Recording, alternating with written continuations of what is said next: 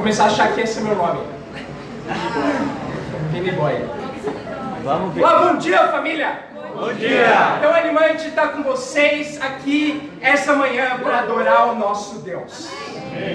Eu estava lendo na internet essa semana algo que me chamou muita atenção. Um dos montes mais altos da Turquia, 4.000 metros de altura. É muito alto. E é um monte congelado, uma região bem fria. Identificaram um objeto um pouco estranho. Alguns cientistas foram entender o que era aquilo que estava no alto daquele monte. E não era um disco voador. Eu sei que alguém estava pensando que era isso. Não era, ainda não acharam. Enfim, o que era aquilo? Aparentava ser um barco. Algo bem grande. E conseguiram datar, mesmo sem conseguir chegar até lá, por ser uma região alta, montanhosa e fria, conseguiram datar aquilo de quase 4.000 anos atrás. Algo muito antigo. E viram que tinha o formato de um barco, com vários compartimentos. Alguns cientistas chegam a afirmar que existe quase 99% de certeza disso ser a Arca de Noé. A arca que a Bíblia fala a respeito. Mas é interessante, não é? Porque não tem com exatidão como saber. Porque é muito difícil chegar lá. Com a nossa tecnologia existente ainda hoje, não é possível. E a pergunta é, como aquilo foi parar lá, não é? É uma montanha de 4.000 metros. Que não seja arca, como um barco para numa montanha de 4.000 metros de altura. Não tem explicação isso. Enfim, eu não sei exatamente o que é aquilo. Eu não sei como aquilo foi para lá. Mas eu sei sim que a Bíblia fala sobre uma arca. Que a Bíblia fala que há muito tempo atrás, Deus chamou um homem chamado Noé a fazer um grande projeto para ele. Um projeto que era um homem construir uma arca enorme. E é sobre isso que a gente vai estudar na Palavra de Deus essa manhã. Então, abram comigo suas Bíblias em Gênesis capítulo 6. Vamos ver.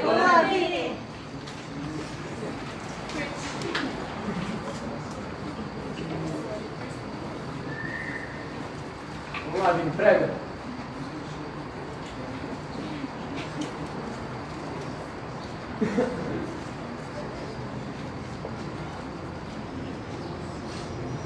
Gênesis 6.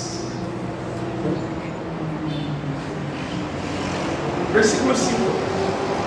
O Senhor viu que a perversidade do homem tinha aumentado na terra, e que toda a inclinação dos pensamentos do seu coração era sempre e somente para o mal. Então o Senhor arrependeu-se de ter feito o homem sobre a terra, e isso cortou-lhe o coração. Disse o Senhor: farei desaparecer da face da terra o homem que criei, os homens e também os animais grandes e pequenos, e as aves do céu. Arrependo-me de havê-los feito. A Noé, porém, o Senhor mostrou benevolência. Então, o capítulo 6 de Gênesis começa falando sobre a corrupção da humanidade. É o subtítulo do capítulo. E aqui a Bíblia diz como o homem corrompeu o seu coração. E a Bíblia diz que a humanidade estava inteiramente corrompida pelo pecado. É difícil imaginar como ser mais enfático do que isso, de ver a indignação de Deus frente ao pecado. A Bíblia diz que o pecado do homem cortou o coração de Deus, a ponto de que Deus se arrependeu de ter criado a humanidade. Mas havia um homem chamado Noé, e apenas um homem em que Deus poderia olhar e mostrar benevolência. Um homem que era a única esperança de salvação da humanidade inteira. Esse homem era Noé. É interessante porque a Bíblia não só fala de Noé nos primeiros capítulos de Gênesis, capítulo 6, 7 e 8. A Bíblia fala sobre Noé também muito tempo depois da existência de Noé, no Novo Testamento.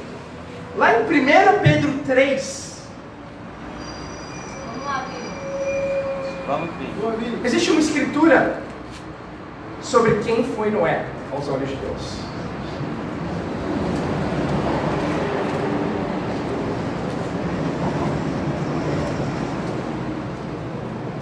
Vamos lá, Vini. Aliás, não simplesmente de quem era Noé, mas do que se passou a respeito do dilúvio. 1 Pedro 3, versículo 18.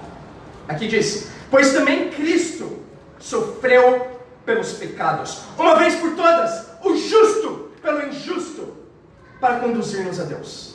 Ele foi morto no corpo, mas vivificado no espírito, no qual também foi e pregou aos espíritos em prisão, que há muito tempo desobedeceram, quando Deus esperava pacientemente nos dias de Noé. Enquanto a arca era construída, nela apenas algumas pessoas, a saber, 8 foram salvas por meio da água. Isso é representado pelo batismo, que agora também salva vocês. Não a remoção da sujeira do corpo, mas o compromisso de uma boa consciência diante de Deus. A Bíblia diz aqui que apesar da humanidade ter sido inteiramente corrompida, apesar de Deus ter se arrependido de ter criado o homem, apesar do pecado do homem ter cortado o coração de Deus, a Bíblia diz que Deus esperou pacientemente. Muitas vezes a gente pode imaginar que Deus não tem sido paciente hoje, ou que Deus tem sido paciente demais. Mas o ponto é, Deus foi paciente porque Ele queria que o homem se arrependesse e se voltasse para Ele. Mas a pergunta é, Deus foi paciente só nos dias de Noé? Certamente que não. A Bíblia diz que nos dias de Noé, Deus foi paciente. Mas o mesmo Deus dos dias de Noé é o mesmo Deus dos dias de hoje. É o mesmo Deus dos dias da Oeste. E esse é o título da minha pregação. Nos dias da Oeste. É interessante porque a Bíblia diz aqui algo muito profundo. Que a arca, na verdade a água, o dilúvio, era uma representação do batismo. A gente sabe, e aliás, cada um já se fez essa pergunta, não é? Mas os 8, a Bíblia diz que só 8 pessoas foram salvas em toda a humanidade. Então nós sabemos que são poucos os que serão salvos. A porta é bem estreita. Mas aqui a Bíblia diz que os 8 foram salvos pela água. Mas como assim? Eu pensei que eles foram salvos pela arca, não é? Eles foram fisicamente salvos pela arca. Mas espiritualmente o mundo foi salvo pela água. Porque a água foi enviada pela indignação de Deus contra o pecado. A água destruiu o pecado da humanidade para reconstruir um mundo novo. Então assim a gente pode entender como a água salvou o mundo naquele tempo e como o batismo nos salva espiritualmente nesse tempo. Então existe uma relação entre a água e o batismo hoje. Mas pense só, se o dilúvio é uma representação do batismo, a arca é uma representação da igreja. A arca de Deus representa a igreja de Deus nos dias de hoje. E é sobre isso que a gente vai embasar o nosso estudo essa manhã. Primeiro ponto, construa a arca. Gênesis 6. Vamos lá, Vini. Versículo 9. Vamos lá, Vini.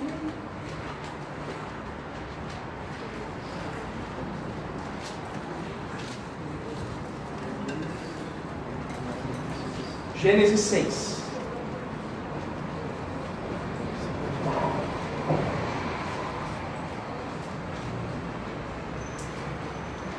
A Bíblia diz: esta é a história da família de Noé.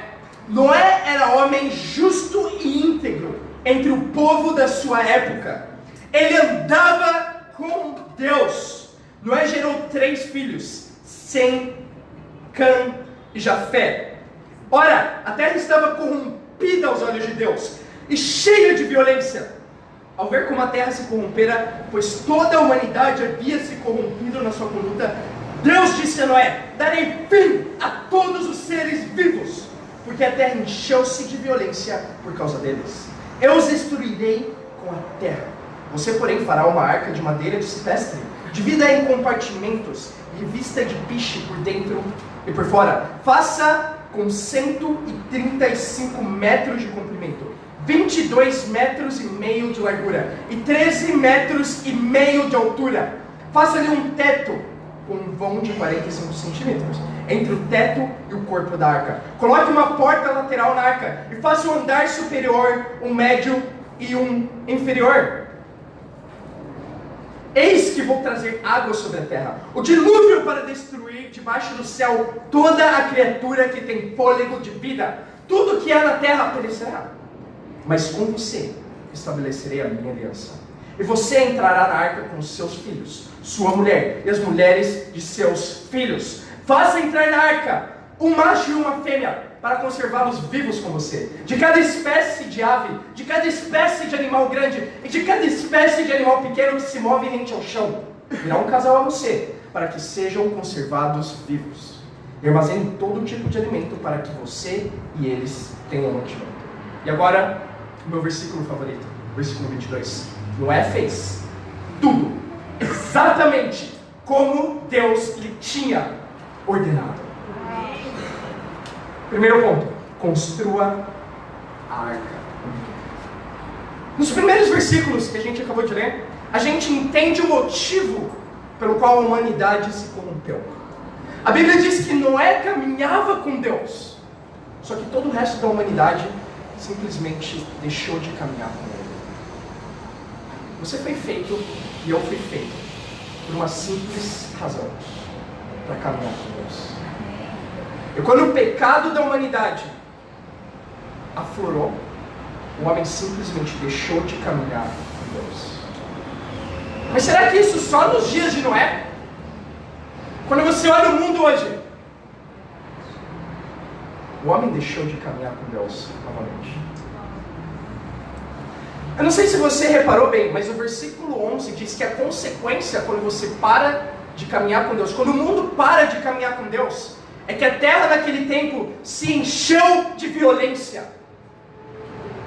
O Brasil tem 21 das 50 cidades mais perigosas do mundo. 21, é quase metade, somente no Brasil. E é interessante porque o Brasil tem as top cidades em questão de homicídio também. E uma das top 3 é onde, se Deus permitir, eu vou passar minha lua de mel. Eu não sabia disso quando eu comprei a passagem. Então, por favor, ora por mim. A terra hoje está cheia de violência. Porque a humanidade deixou de caminhar com Deus. Mas outra coisa que a Bíblia diz que é consequência de deixar de caminhar com Deus é a corrupção. O mundo foi corrompido pelo pecado. O versículo 11 diz isso também. Nos dias da Oeste não tem sido diferente. Assim que eu cheguei na região Oeste há 2 semanas atrás, eu me deparei com uma das notícias que mais abalaram o meu coração. Na minha primeira semana de volta às aulas no 2º semestre da USP, onde eu estudo, eu soube do fato, um dos fatos mais tristes que eu já ouvi, que em 2 meses, 4 estudantes da USP cometeram suicídio. Há 10 minutos aqui. Não é uma realidade distante de nós. Há 10 minutos aqui. E talvez um dos que mais impactou o meu coração foi um rapaz da mesma faculdade que eu estudo, na faculdade de engenharia. Ele era um bom aluno, tinha boas notas, mas ele não conseguiu superar a separação dos pais. Então os pais se divorciaram e ele entrou numa depressão profunda. Se isolou dos amigos. Mesmo tendo boas notas, isso não fazia mais sentido para ele. Então, dia 31 de maio, uma sexta-feira, feriado, ele simplesmente subiu numa das torres do prédio de engenharia civil e se jogou de lá. O mundo foi corrompido pelo pecado novamente. E muitas vezes, eu mesmo posso esquecer que Deus chamou não só a Noé construir uma arca, mas Deus me chamou a construir uma arca também. Deus chamou a cada um de nós para construir a arca de Deus, que é a igreja. E muitas vezes eu me esqueço o porquê disso. Nós temos que construir a igreja de Deus, porque o mundo está perdido, o mundo está corrompido, as pessoas vão para o inferno se elas não se arrependerem e não caminharem com Deus. Essa é a motivação. Esse é o porquê nós fazemos aquilo que nós fazemos. Por amor aos perdidos. E esse é o mandamento de Deus. Para cada um de nós. Construa a arca. Amém. Logo depois, Deus dá uma série de instruções para Moisés. São muitos detalhes. Eu li cada um deles de propósito. Deus fala: faça com 35 centímetros de comprimento, 22 metros e meio de largura, 13 metros e meio de altura. Então são muitos detalhes. E muitas vezes eu me pergunto, por que a Bíblia dá tantos detalhes? Que diferença isso faz na minha vida?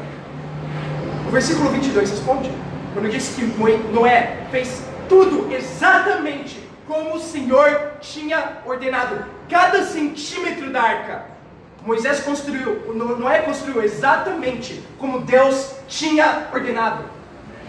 Eu penso, se eu fosse Noé, nossa, mas uma janela aqui na arca ia ser bem legal, né? Ou uma arca de acrílico. Essa seria a minha ideia, com certeza. Fazer a coisa mais difícil possível só porque é legal. Ou sabe aquelas pessoas que colocam o som no porta-mala do carro? Imagina a sua arca com som no porta-mala. Você ia querer uma arca dessa, eu sei. Mas Noé fez exatamente como Deus mandou. E se ele tivesse feito um metro a mais, um metro a menos? Se ele quisesse ter menos trabalho, ter feito uma arca metade do tamanho, será que a arca ia salvar Noé e a família dele? Será que essa arca, não do jeito de Deus, mas do jeito de Noé, iria ter flutuado? Talvez não. Provavelmente não. E se nós fomos chamados hoje como igreja para construir a arca de Deus, nós temos que deixar as nossas opiniões de lado, deixar as nossas tradições de lado, deixar as nossas emoções de lado e fazer tudo exatamente como Deus ordenou na Bíblia. Nós queremos... Existem muitas igrejas no mundo. Vamos lá, Vini. Existem muitas igrejas por aí. Mas eu conheço poucas igrejas da Bíblia. Poucas igrejas que focam puramente na palavra de Deus. Não no sentimentalismo, não na emocionalidade, não nas opiniões, não nas tradições. Na Bíblia, puramente na Bíblia. E essa é a igreja que Deus nos chama a construir hoje. Amém. Bom. Mas existem algumas convicções que você precisa ter. A Bíblia chama cada um de nós nessa sala, a ter no íntimo dos nossos corações qual é a maneira em que nós vamos construir a arca. Isso é o que Hebreus 5 fala, que são os princípios elementares da palavra de Deus, ou os princípios básicos da palavra de Deus. Quando eu me tornei um jovem universitário, ainda sou jovem, Amém. mas quando eu me tornei um jovem, então esse é o ponto, eu fui convidado na universidade para estudar a Bíblia. E eu passei por uma série de estudos, buscando a Deus, que me ensinou como ter um relacionamento com Deus. Qual a importância de orar e ler a sua Bíblia todos os dias. A palavra de Deus quer deixar a Bíblia ser autoridade na minha vida. Discipulado, que o plano de Jesus para todas as pessoas do mundo não é ser só um cristão de domingo. Não é ser só um cristão de 2 dias da semana na igreja. Ou dar a sua oferta. É mais do que isso. É ser um discípulo dele. É ser um cristão verdadeiro. É ser um discípulo todos os dias. É pregar a palavra de Deus. É fazer discípulos. E é sobre isso que se trata os princípios básicos da igreja. Mas o autor de Hebreus, em Hebreus 5, ele discipula a igreja. Ele fala que a igreja se tornou lenta para aprender. E eu paro para pensar em um bebê. Imagina que você tem um bebê, não é? De alguns meses de idade. E depois de 2 meses, esse bebê continua do mesmo tamanho. Depois de 1 ano, o bebê continua do mesmo tamanho. Depois de 2 anos, ele ainda tem o mesmo tamanho. Quando você olha o bebê, você não vai achar isso normal. Não é normal. É claro que você vai procurar ajuda e levar no médico, não é? Algo aconteceu com o meu bebê. Eu preciso ajudar. Essa é a analogia que Paulo dá para a igreja. Que eles eram lentos, que eles deveriam ser mestres, mas eles eram bebês ainda. Eles eram imaturos, porque eles não tinham as convicções básicas para construir a igreja de Deus. E assim pode ser com muitos de nós hoje. Fazer um discípulo, ser um discípulo, nada mais é do que ter as convicções elementares da palavra de Deus. Ter os princípios básicos da palavra de Deus. E saber como ensinar. Saber como fazer um discípulo. Cada um de nós tem que crescer na fé. E muitas vezes você pode ter alguns meses já na igreja, talvez 1 ano, 2 anos, e você ainda não sabe como fazer um discípulo. Você ainda não tem sido frutífero.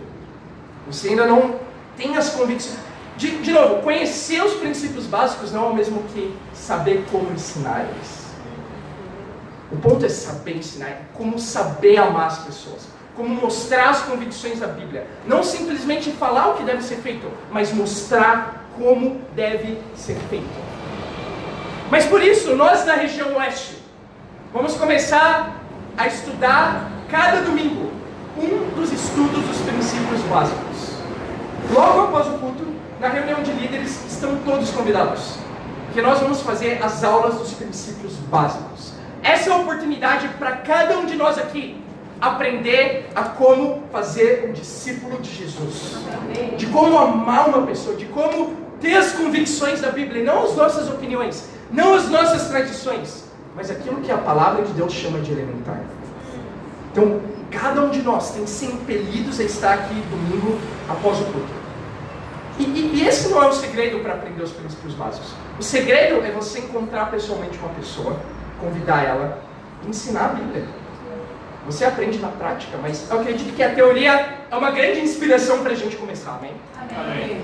Porque o plano é isso, não é que 10% da igreja faça o trabalho de toda a igreja, ou de 90% da igreja. Não, 100% da igreja faz o trabalho de 100% da igreja. Sim. Cada um de nós tem que ser um discípulo de Jesus. Tem que saber ensinar alguém a ser um discípulo. E é dessa forma que nós vamos construir a igreja.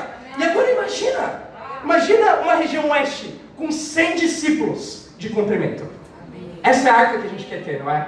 Uma região oeste com 14 líderes de bate-papo. 14 bate-papos de largura. Uma região oeste com 10 batismos de altura.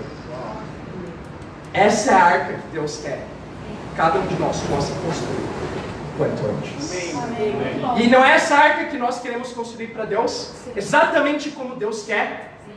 Família, nós precisamos saber os princípios básicos. Segundo ponto, entre na arca. Gênesis 7.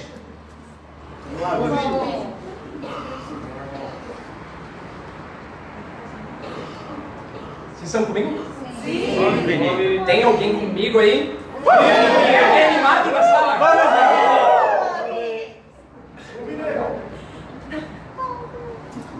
Gênesis 7. A palavra de Deus é animante.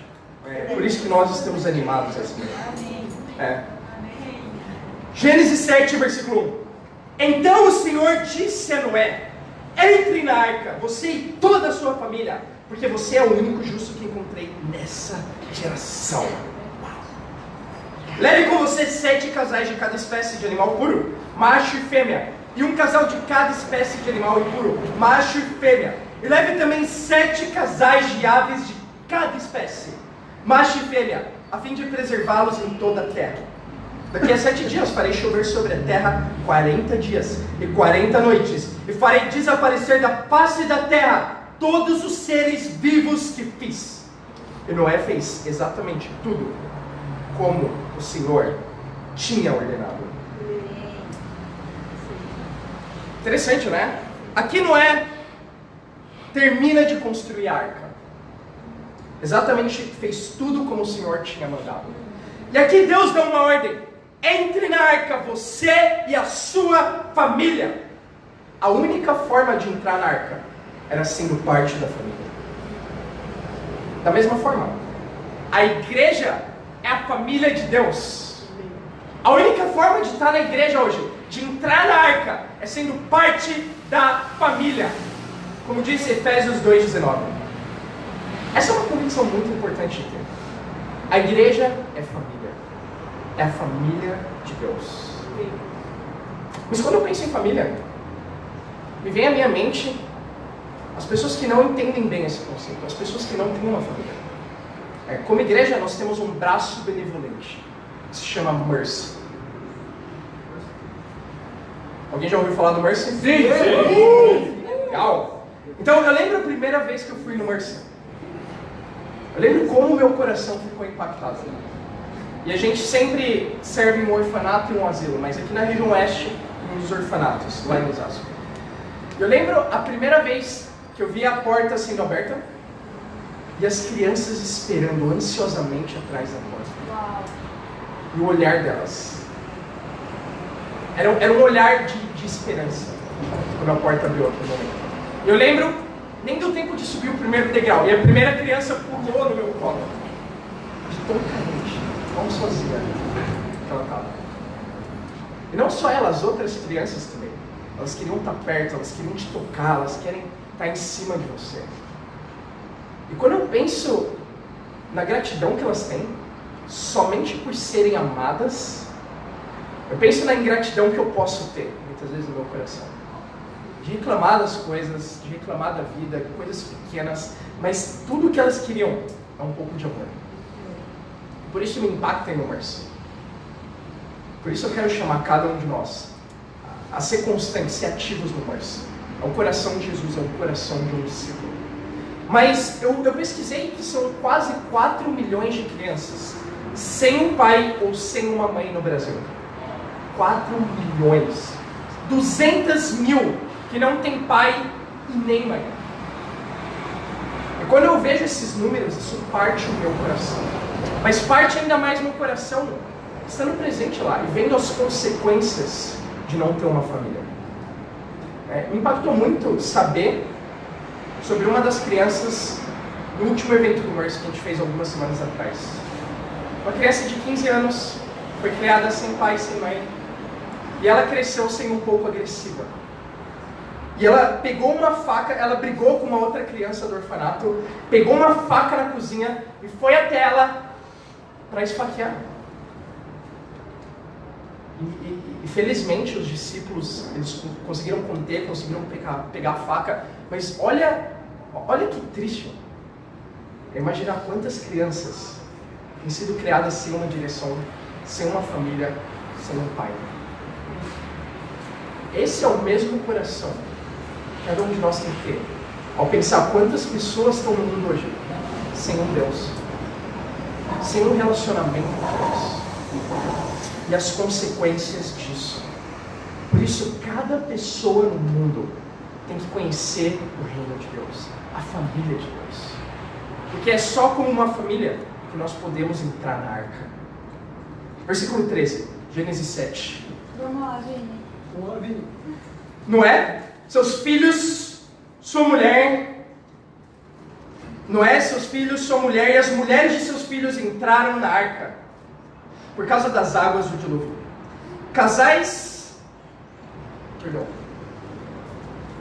Perdão, do 13 ao 16. Naquele mesmo dia, Noé e seus filhos, Sem, Cã, Jafé, com a sua mulher e com as mulheres de seus 3 filhos, entraram na arca. Com eles entraram todos os animais de acordo com as suas espécies, todos os animais selvagens, todos os rebanhos domésticos, todos os demais seres vivos que se movem rente ao chão, e todas as criaturas que têm asas, todas as aves, e todos os outros animais que voam. Casais de todas as criaturas que tinham fôlego de vida vieram a Noé e entraram na arca. Então, a Bíblia diz que os animais vieram até Noé. Que incrível isso, não é? Versículo 16. Os animais que entraram foram um macho e uma fêmea de cada ser vivo, conforme Deus ordenou a Noé. Então, o Senhor fechou a porta. Depois de cada animal entrar na arca, Deus fechou a porta. E a vontade de Deus é que uma vez fechada, ninguém entrava e ninguém saía. E esse é o coração que nós temos que ter na igreja. Uma vez dentro da igreja, ninguém vai sair. A gente vai fechar a porta, ninguém vai cair da fé. Ninguém vai voltar para o mundo. Ninguém vai voltar ao que era antes. Porque nós somos família. E como família, nós nos amamos, nós lutamos um pelos outros. Quando alguém se enfraquece, nós vamos levantar. Cada um de nós aqui tem a responsabilidade de lutar pela sua família. Quando alguém falta, olha as pessoas que não vieram. É sua responsabilidade amar essas pessoas, lutar por essas pessoas. A gente precisa se amar profundamente para o mundo ver o amor de Deus aqui na região oeste. E porque muitas vezes, inclusive nós pensamos em sair. Talvez você volte a acreditar que do lado de fora existe vida. Mas uma vez que Deus fechou a porta, enviou o dilúvio, a Bíblia diz que toda a vida foi eliminada. Tudo que estava fora da arca morreu. E assim é com cada um de nós. Uma vez fechada a porta, tudo morreu. Depois do seu batismo, tudo morreu. Não existe vida mais. Não existe vida no mundo. E às vezes a gente pode lutar com isso, não é? Era bom porque eu tinha mais tempo. Era bom porque eu podia me dedicar mais aos meus estudos, ao meu trabalho, à minha família. Não era bom, porque não era vida. A vida só existe dentro da arca. O único lugar seguro é dentro da arca. Ninguém vai sair. Amém, filho. Esse é o nosso coração. Vamos lá. Família, é um tempo de mudanças na igreja. Eu já falei sobre isso, mas eu acredito talvez seja o principal tema. E por ser um tempo de mudanças, é o tempo de estar completamente unidos. A gente não está em competição uns com os outros. O seu bate-papo não é melhor que o meu, não é o melhor que o do outro, não é melhor que o de ninguém. Cada um dos bate-papos na igreja são mecanismos para a gente poder trazer pessoas para Deus. Cada um dos bate-papos não competem entre si. Então eu vi na São Judas 22 visitantes. Uau. Isso animou meu coração, amém? Uau. E cada um de nós se alegra com isso, porque nós somos família. Cada um dos bate-papos, não importa se é um bate-papo de maduros, que tem sido incrível, não importa se é um bate-papo de solteiros, não importa se é um bate-papo universitário, cada um dos bate-papos se ajudam. Nós somos família, independente do nosso ministério. Vamos lá. Solteiros não são piores que universitários. Universitários não são melhores ou piores que solteiros. Casados não são melhores que universitários ou solteiros. Universitários não são melhores que casados, que jovens, que solteiros. Os ministérios não competem entre si. Os ministérios se ajudam. A gente está lutando pela mesma causa. Como família, cada ministério é família. E os ministérios são família entre si. Eu quero chamar os ministérios a completa união. E não só isso, a nossa visão não é evangelizar a região oeste. O nosso trabalho é local, mas a nossa visão é global. As regiões da igreja se ajudam. É incrível a região sul. É incrível eu ter tido, pela graça de Deus, a honra de servir lá. Mas é incrível estar no oeste agora. Amém. Independente do líder. Eu sei que Danilo e Carol construíram essa região. O trabalho deles é incrível. Eu admiro muito, eu amo muito Danilo e Carol. Eu respeito muito o que eles fizeram. Mas nós somos família. Independente do líder que Deus escolheu. E como família, para construir a arca, para manter todos dentro da arca, cada um de nós precisa lutar pela nossa família. Cada um de nós precisa se unir.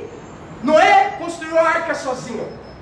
Ninguém aqui vai construir a arca sozinho, porque nós somos família. Amém? Família Oeste! Eu e a Bia, a gente precisa da ajuda de vocês. A gente precisa da plena união nessa região. Do pleno coração de vocês. Plena entrega. Porque ninguém aqui está pelos seus líderes, a gente está aqui por Deus. A gente está aqui para glorificar o nome de Deus. A gente está aqui para continuar o trabalho da arca de Deus. Nós precisamos continuar até o fim. Muito bom. Terceiro e último ponto.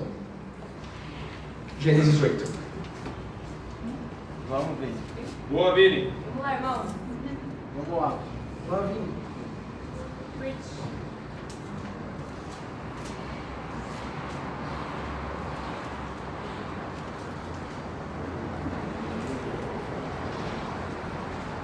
Gênesis 8:15. Então Deus disse a Noé: saia da arca, você e a sua mulher. Terceiro ponto, saia da arca. Calma, eu já vou explicar. Saia da arca. Deus, a Bíblia falou, né? Saia da arca, você e a sua mulher, seus filhos e as mulheres dele.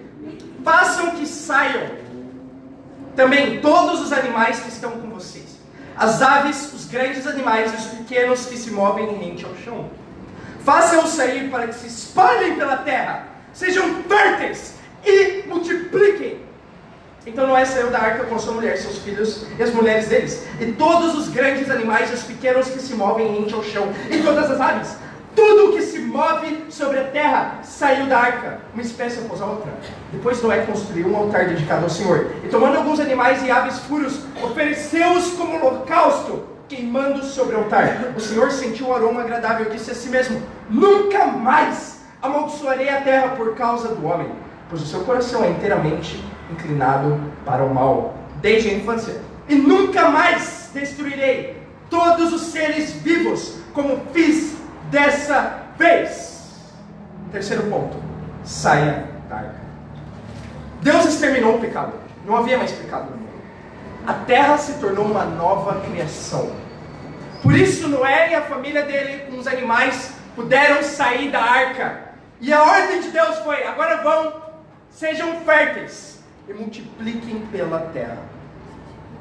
Essa foi a ordem de Deus, multiplicar. Meu terceiro ponto é: saia da arca. Eu quero que você entenda, quando um discípulo sai da igreja, não é para cair da fé, é para compartilhar a fé. Amém. Quando um discípulo sai da igreja, é para compartilhar a fé, é para fazer discípulos, é para multiplicar, como Deus chamou a Noé. Eu penso quando o Caio, nosso irmão Caio Lopes, ele é da região oeste. Ele nasceu na região oeste, foi para a região sul construir uma arca na região sul. Depois da região sul, Caio foi enviado com 7 missionários para o Rio de Janeiro, construir uma arca, a igreja do Rio de Janeiro, em 2 anos. 7 missionários, todos paulistas, todos com sotaque, todos falando porta, se multiplicaram para quase 40 discípulos.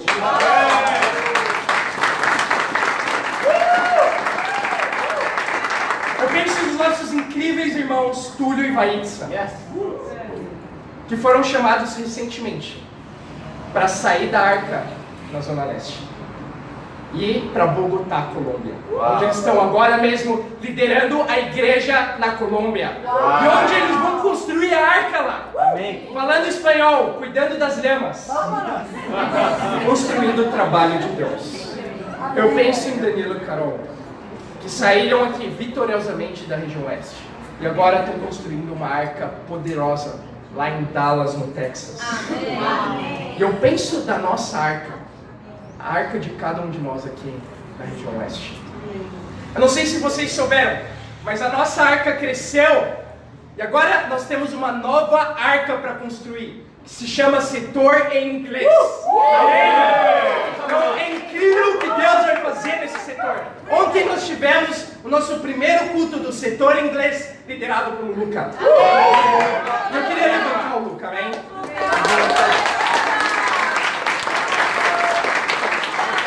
Luca, você fez um trabalho incrível ontem. A gente está chamando ele agora de Luca Maquinho. Porque ele tem imitado grandes líderes do movimento. Tem tido um coração, tem tido uma intensidade em pregar a palavra. E pregar em outro idioma. Porque em alguns meses o Luca vai construir a arca lá em Londres. Se Deus permitir, construir a arca lá em Roma, na Itália. Onde o Espírito tem levado ele. Mas enquanto isso, nós estamos ansiosos para receber a Sofia aqui. Para os dois juntos construírem a arca do Setor em Inglês. Mas irmãos, essa é a arca que cada um de nós tem que ajudar a construir. Amém. Todos os sábados, 6 da tarde, nós vamos estar lá no Mestiço. Convida os seus amigos. Convida as pessoas da universidade. Porque inglês é uma ferramenta poderosíssima. E a nossa intenção lá não é só praticar o inglês, é praticar como ser mais como Jesus. Amém? E é por isso que serve o culto inglês. Para multiplicar, para construir uma nova arca para Deus. 2 Pedro 2 é a última escritura de hoje. Boa, Vini. Vamos lá, Vini. Vocês ainda estão comigo? Sim, vamos ver. Vamos, Vini. Vamos lá, irmão. O que eu acho incrível é que Noé entendeu que o propósito dele era multiplicar, porque quando ele saiu da arca, não tinha nada mais para fazer. Estava tudo destruído, não é? Isso é um propósito verdadeiro. Quando você entende que não existe nada mais para fazer, nada mais importante, nada mais animante que pregar a palavra de Deus. E é disso que a Bíblia fala em 2 Pedro 2,5. Aqui diz: Ele não poupou o mundo antigo quando trouxe o dilúvio sobre aquele povo ímpio, mas preservou Noé, pregador da justiça, e mais 7 pessoas. A Bíblia chama Noé de um pregador da justiça. E pessoas cientistas afirmam que demorou 120 anos para Noé construir a arca. Durante 120 anos, Noé pregou a palavra de Deus e 7 pessoas foram salvas. Só 7. Mas ele continuou pregando e continuou construindo a arca. E é exatamente isso que Deus chamou a cada um de nós a fazer. Me inspirou muito o desafio do Lucão aqui no culto inglês. Ele falou: a gente tem 40 discípulos aqui. E se cada um de nós, se cada um dos 40 puder dar valor ao privilégio que é compartilhar a sua fé. Muitas vezes a gente acha que é algo cansativo, que é algo pesado, que é algo que é demais. Mas Noé pregou por 120 anos. E se cada um de nós tem esse coração aqui, de amar os perdidos, de querer trazer as pessoas para Deus, para caminhar com Deus, pensa no que Deus vai fazer. Eu queria chamar cada um de nós aqui a pensar. A gente tem 73 discípulos na região oeste agora. E se cada um dos 73 se dedicar ao longo dessa semana, compartilhar a fé ao longo dessa semana, lembrando que Deus te chamou a ser um pregador da justiça, amar as pessoas, amar na sua universidade, na sua família, pensa o que Deus vai fazer aqui na região oeste. Amém. Você é um pregador de justiça. É isso que Deus te chamou a ser. E é isso que eu quero inspirar cada um de nós. A dar o nosso sangue, a dar o nosso suor, a dar o nosso coração. Não simplesmente para trazer um amigo aqui na igreja, mas para estudar a Bíblia com essa pessoa. Para ver ela se tornando um discípulo. Depois, ver ela nascendo de novo no batismo. E essa é a arca que Deus nos chamou a construir aqui na região do oeste de São Paulo. Amém. Em conclusão, Noé só foi capaz de construir a arca por meio da fé. Ele construiu a arca porque Noé tinha fé. Deus chamou Noé para construir a arca quando não tinha chuva ainda, quando não tinha dilúvio ainda, e quando ele não tinha ajuda. Mas ele acreditou em Deus. Primeiro ponto, ele construiu a arca obedecendo tudo o que Deus ordenou. Para nós hoje, são os princípios básicos, aquilo que nós precisamos ter no nosso coração. Noé entrou na arca com a família, e Deus nos chama a ser família hoje na Oeste, a servir como família, a ter um coração entregue, a querer ajudar, seja como for, porque esse é o coração de família. O terceiro e último ponto, Noé saiu da arca, mas ele saiu para multiplicar. Noé era um homem de fé. Cada um de nós aqui foi chamado hoje para sermos homens e mulheres de fé. E eu tenho fé, irmãos, que o mesmo Deus que fez uma promessa, que fez uma aliança com Noé naquele tempo, nos dias de Noé, é o mesmo Deus nos dias de hoje, é o mesmo Deus nos dias da Oeste. Amém. Esse é o Deus que eu e vocês servimos. E para Ele seja glória. Amém.